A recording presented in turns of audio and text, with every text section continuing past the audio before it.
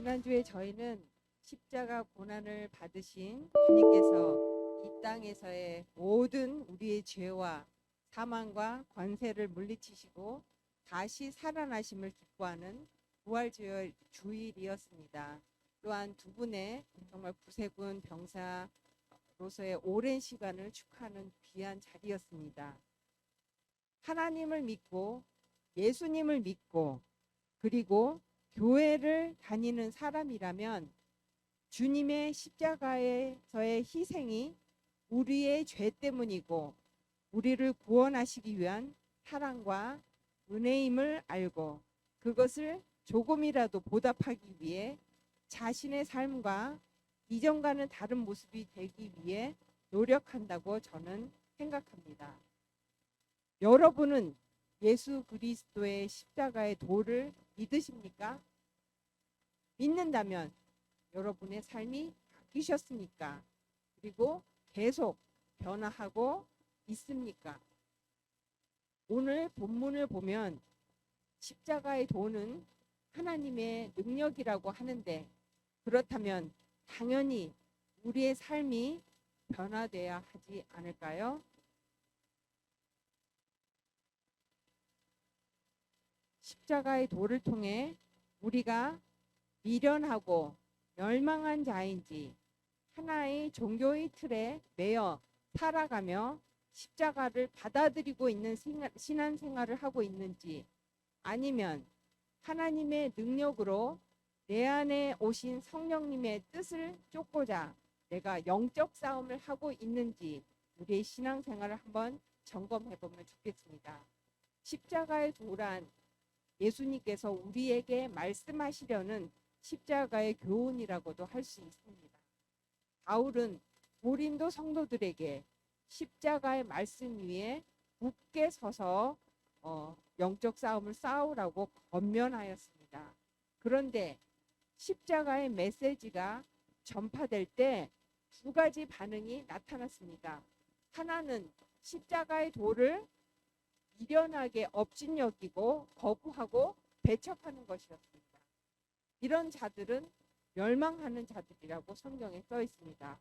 또 하나는 십자가의 도를 영접하고 구원을 얻는 자들입니다. 이들은 또한 하나님의 능력을 체험하게 됩니다.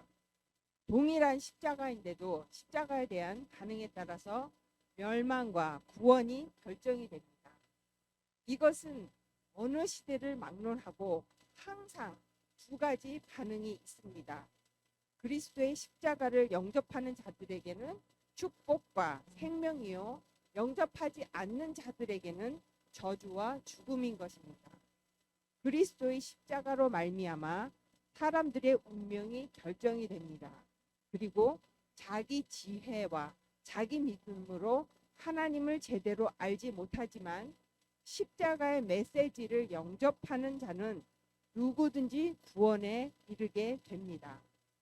그러므로 구원은 지혜의 문제가 아니라 마음의 겸손과 교만함의 문제인 것입니다. 하나님께서는 겸손하게 십자가의 메시지를 영접하는 자들을 구원하시기를 원하십니다. 예수님을 믿고 신자가 된 어떤 사람이 어느 날 믿지 않는 다른 친구를 만나게 되었습니다. 그래서 그 친구가 신자가 된 친구한테 이런 질문을 했습니다. 자네 신자가 되었다면서? 그래, 맞아. 그럼 예수님에 대해서 그리고 하나님에 대해서 성경에 대해서 많이 알겠군. 아니, 나는 그런 것은 잘 몰라. 아니, 신자가 되었다면서 그런 것도 잘 모르나? 그 신자가 된 친구가 친구한테 이렇게 설명을 했습니다. 자네 말이 맞아. 사실 나는 아는 게 없어서 부끄러워. 하지만 분명한 사실 하나만은 내가 알고 있어. 그것은 3년 전에 내가 주댕뱅이였고 빚도 많았고 내 가정은 산산조각이 되어 있었어. 그런데 3년이 지난 지금 나는 술도 끊고 빚도 다 갚고 모든 우리 가정은 화목해졌어. 저녁마다 아이들은 매우 나를 기다리고 있어. 이 모든 것이 다 예수님의 덕분이지. 만약 여러분이 이런 질문을 받는다면 여러분들은 어떻게 대답하시겠습니까? 여러분도 이렇게 이야기할 수 있는 어떤 변화된 모습이 있으신가요? 신앙생활은 무엇을 얼마나 많이 아느냐가 중요한 것이 아니고 삶이 어떻게 그리고 얼마나 변화되었느냐가 중요합니다. 신앙은 생명의 문제이고 성화를 통한 변화를 가지고 오기 때문입니다. 그러므로 설교를 듣고 성경을 읽고 공부를 할 때 지적으로만 만족해서는 안 되고 참된 신앙 목표를 변화된 삶에 초점으로 맞추어야 합니다. 교회를 다니는 것이나 교회에서 섬기는 것도 마찬가지입니다. 가족의 권유 때문에 억지로 또는 그냥 친구를 사귀기 위해서 교회를 나오는 사람들도 가끔 봅니다. 섬기는 일도 자기 만족에 빠져서 섬기는 사람들이 있습니다. 여기에는 신앙적인 결실도 변화된 삶도 기대하기 어렵습니다. 시간을 들이고 정성을 들이는 일이 의미 없이 끝나지 않으려면 참된 신앙을 목표로 변화된 삶에 초점을 맞춰야 하기 때문입니다. 그러면 반드시 그 노력하는 사람은 변화된 삶을 경험하게 될 것입니다. 변화는 그리스도인들에게 있어서 선택사항이 아니라 필수 요건입니다. 그래서 그리스도인들은 끊임없이 변화하려고 노력해야 합니다. 갈라디아서 2장 20절에서 바울은 내가 그리스도와 함께 십자가에 못 박혔나니 그런즉 이제는 내가 산 건 아니요 오직 내 안에 그리스도께서 사신 것이라. 이제 내가 육체 가운데 사는 것은 나를 사랑하사 나를 위하여 자기를 버리신 하나님의 아들을 믿는 믿음 안에서 사는 것이라고 했습니다. 나의 삶 가운데 일어나는 아주 작은 변화들도 아무것도 아닌 것 같아도 그것이 굉장한 영향력을 미칩니다. 작은 변화는 작은 변화로 끝나지 않고 큰 변화로 이루어집니다. 나의 작은 변화가 다른 사람에게도 영향을 미치게 됩니다. 그리고 그 변화는 하나님의 영광을 나타나게 됩니다. 예수님을 만나기 전 바울은 예수님 믿는 사람들을 잡아다 옥에 가두고 심지어 죽이기까지 하는 사람이었습니다. 하지만 바울은 담액색 도상에서 예수님을 만나고 완전히 다른 사람이 되었습니다. 바울이 전하는 복음을 듣고 그가 정말 예수를 만나고 하나님께 영광 돌리는지 사람들이 그 사람을 보고 확인하고 싶어 했습니다. 우리가 비록 바울처럼 극적인 변화를 경험하지 못한다 할지라도 우리의 변화는 하나님의 영광을 나타내게 됩니다. 하나님을 믿고 변화한다는 것은 하나님이 살아계시다는 증거입니다. 하나님의 살아계심이 나를 통해서 믿지 않는 사람들에게 드러난다면 그것 자체가 하나님의 영광을 나타내는 것입니다. 하나님은 사람의 눈으로는 볼 수 없는 분이신데 세상 사람들은 하나님을 보여주겠다고 하면 믿겠다고 합니다. 하지만 하나님을 보여줄 수 있는 방법, 바로 그것은 우리의 변화된 삶을 통해서 가능합니다. 미국은 세계에 대한 책임을 오래전부터 가지고 세계 질서를 수호하고 도움이 필요한 많은 나라들을 아낌없이 지원했습니다. 또한 영적인 제사장 나라로서 세계 선교사들을 많이 배치를 해내고 물질을 드리고 각 교파들은 경쟁적으로 선교사들을 해외에 많이 파송했습니다. 그리고 대학은 이 시대를 이끌어갈 많은 지도자들을 양성하였고 많은 선교사들을 배출했습니다. 그 덕분에 한국도 많은 사람이 많은 크리스찬이 생겨났습니다. 지금 한국에는 세계 50대 교회 중 23개의 교회가 한국에 있다고 합니다. 인정받는 세계의 제사장들 중에 하나의 나라가 된 것이지요. 그러나 이런 축복 뒤에는 그리스도를 위해서라면 자기를 돌보지 않는 초기의 성도들의 십자가의 신앙이 있었기 때문에 이것이 가능했습니다. 개신교가 한국에 들어오기까지 수많은 믿음의 선배들이 있었기 때문에 그들의 헌신과 순교의 역사가 있었기 때문에 한국의 신앙의 뿌리가 내려진 것입니다. 그리스도의 십자가에는 생명이 있고 구원이 있습니다. 그리스도의 십자가에 하나님의 축복이 있고 은총이 있습니다. 우리에게 진정 필요한 것은 그리스도에 대한 믿음이요 십자가에 기초한 삶입니다. 우리는 십자가에 대한 자세를 매일매일 새롭게 가져야 합니다. 여러분들은 예수님을 믿고 얼마나 변화된 삶을 살고 계십니까?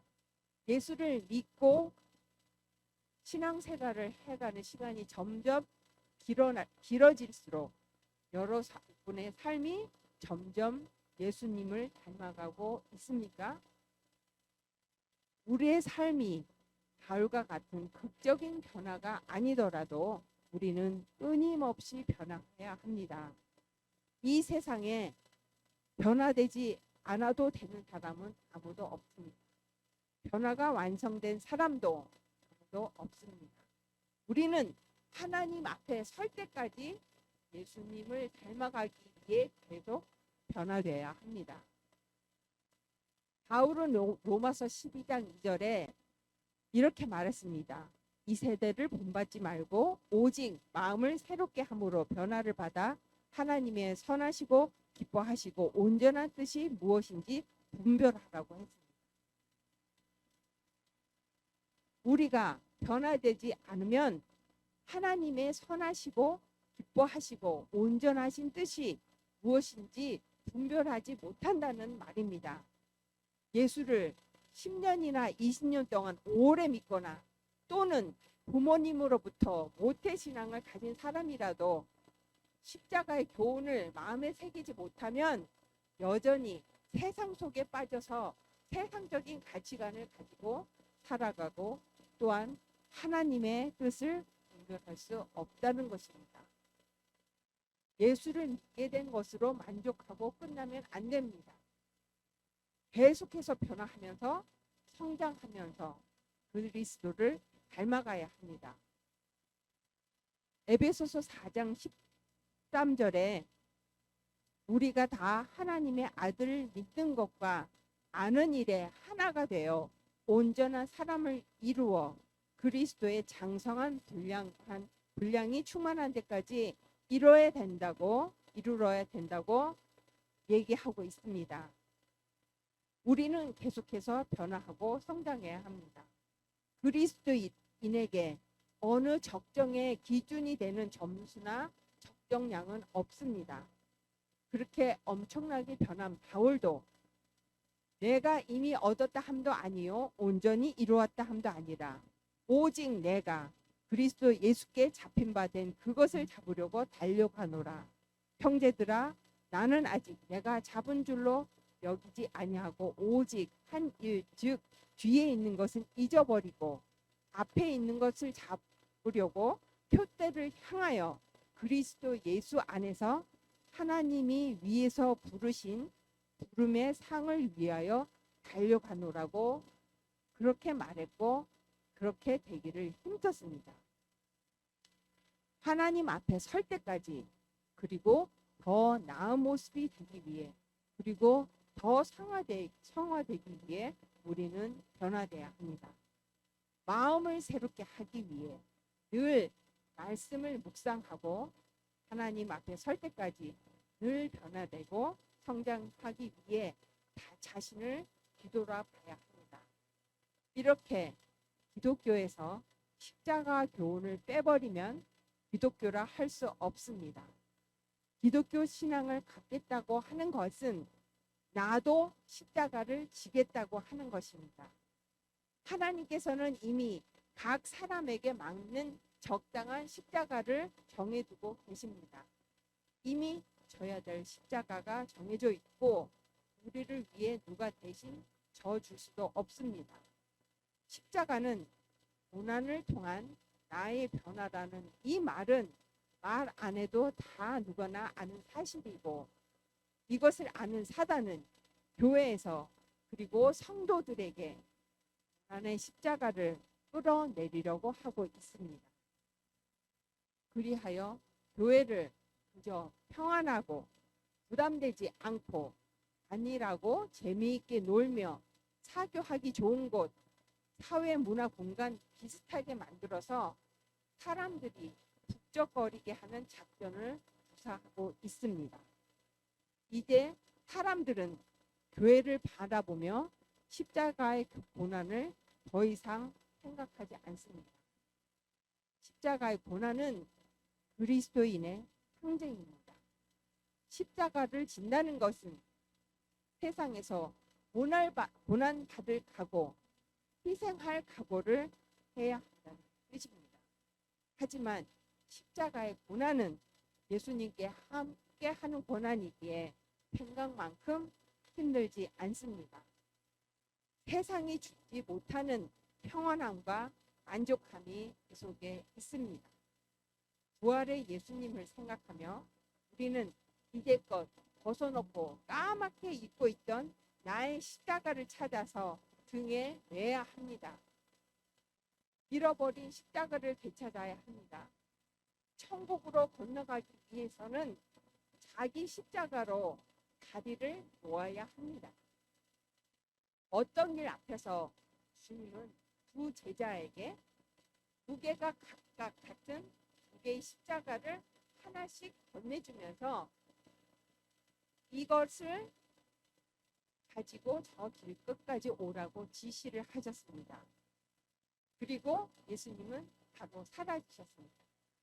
첫 번째 제자는 가볍게 그 십자가를 등에 지고 가는데 반해 두 번째 제자는 굉장히 힘들어하면서 뒤처져서 따라왔습니다.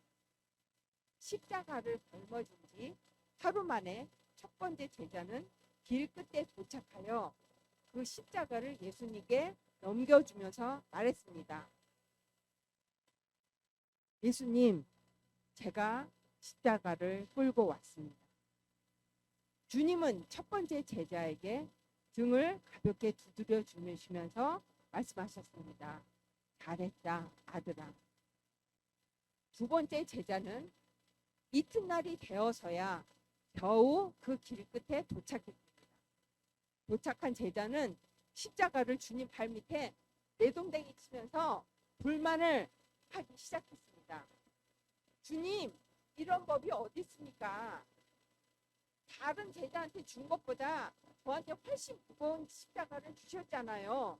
제가 이제서야 온 것도 바로 그 때문이라고요. 주님은 마음이 상한 채 슬픈 얼굴로 두 번째 제자를 바라보시면서 이렇게 말씀하셨습니다. 아들아, 그 십자가의 무게는 두 개가 다 똑같은 것이었단다. 그래서 제자가 물었습니다. 그런데도 저 첫 번째 제자는 아주 쉽게 십자가를 옮겼는데 왜 유독 저만 십자가를 옮기느라 쩔쩔맸다 이 말씀입니까? 주님이 그에게 타이르셨습니다. 십자가를 탓하지 말아라. 그 까닭은 십자가를 지고 오는 동안 너는 줄곧 불평을 했기 때문이란다. 너가 불평을 할 때마다 그 십자가의 무게는 늘어났던 것이었기 때문이야. 앞에 온 제자는 십자가를 지고 있는 동안 불평하지 않고 게다가 사랑을 실천했기 때문에 그 사랑이 십자가의 무게를 덜어준 것이었단다. 그래서 흔들리지 않고 옮길 수 있었던 것이지. 이처럼 천국도 지옥으로 만들어버리는 것이 사단의 일이라면 십자가의 복음은 우리를 선한 방향으로, 좋은 방향으로 변화를 가져오게 하여 서로 적대적인 관계에 있는 것들이 더불어 살도록 변화시킵니다. 그래서 그곳을 천국으로 만듭니다. 그러므로 지금 내가 어느 방향으로 변하고 있는지를 알면 나의 삶이 누구에게 조종되고 있는지를 알 수가 있습니다. 영원토록 동일하신 하나님을 제외하고 존재하는 모든 것은 마치 흐르는 물처럼 멈추지 않고 계속 변하고 있습니다. 지금 이 순간에도 우리는 변하고 있습니다. 어떤 사람은 주님과 먼 방향으로, 어떤 사람은 주님과 매우 가까이 하려고 노력해서 선한 방향으로 변하고 있습니다. 그러므로 우리는 지금까지 내 삶이 어떻게 변하여 왔는지, 지금 어떤 방향으로 변하고 있는지 뒤돌아보고 점검하기를 쉬지 않아야 합니다. 사람이 나이가 많이 들게 되면 모두가 똑같아지는 세 가지가 있다고 한국에 유머가 있습니다. 첫 번째, 얼굴의 평준화. 모든 사람들은 얼굴이 아름다운 사람이건 그렇지 않는 사람이건 똑같이 늙어서 주름이 생겨 세월을 이기는 사람이 없다고 합니다. 두 번째, 행동 또는 학력의 평준화입니다. 오랜 고단한 삶 때문인지 몰라도 대학을 졸업하고 공부를 많이 한 사람도, 또 교육을 조금밖에 받지 못한 사람도 많이 늙게 되면 부끄러움도 다 없어지고 이익 앞에서는 울분을 가리지 않고 아이같이 자기만 생각하고 내 것만 먼저 챙긴다고 합니다. 세 번째, 재산과 죽음의 평준화. 나이가 많이 들게 되면서 재산이 많은 사람이건 재산이 적은 사람이건 하루에 3끼 먹습니다. 그것도 젊은이들처럼 소화가 잘 되지 않아 많이 먹을 수도 없습니다. 그리고 또한 재산이 많은 사람이건 적은 사람이건 죽을 때 그 재산을 가지고 가지 못합니다. 그리고 누구나 죽음을 맞이하게 됩니다. 그러나 세월이 흘러서 시간이 감에도 불구하고 나이가 들어가도 제가 말씀드린 이런 것들처럼 변하지 않고 더욱더 빛을 발하는 것이 있습니다. 그것은 바로 믿음입니다. 믿음을 가진 사람은 죽음이 가까웠을 때 두려워하지 않고 하나님을 만나게 되는 시간을 당당하고 기쁘게 맞이합니다. 그래서 사람들은 그 믿음의 사랑과 그의 지난 삶을 기억하게 됩니다. 그가 전한 복음과 격려의 한마디, 그리고 그가 공경 속에서 행했던 믿음을 가진 자로서 한 행동을 우리가 따르고 본받게 될 것입니다. 우리가 주님 안에서, 복음 안에서 최상의 존재로 변하게 됩니다. 마지막으로 묻겠습니다. 여러분은 십자가에서 옛 사람은 죽고 주님과 함께 새로운 사람으로 변하고 있으십니까? 네, 지금 우리는 십자가의 복음 안에서 존재 자체가 변화하고 있습니다. 또 계속 변화할 것입니다.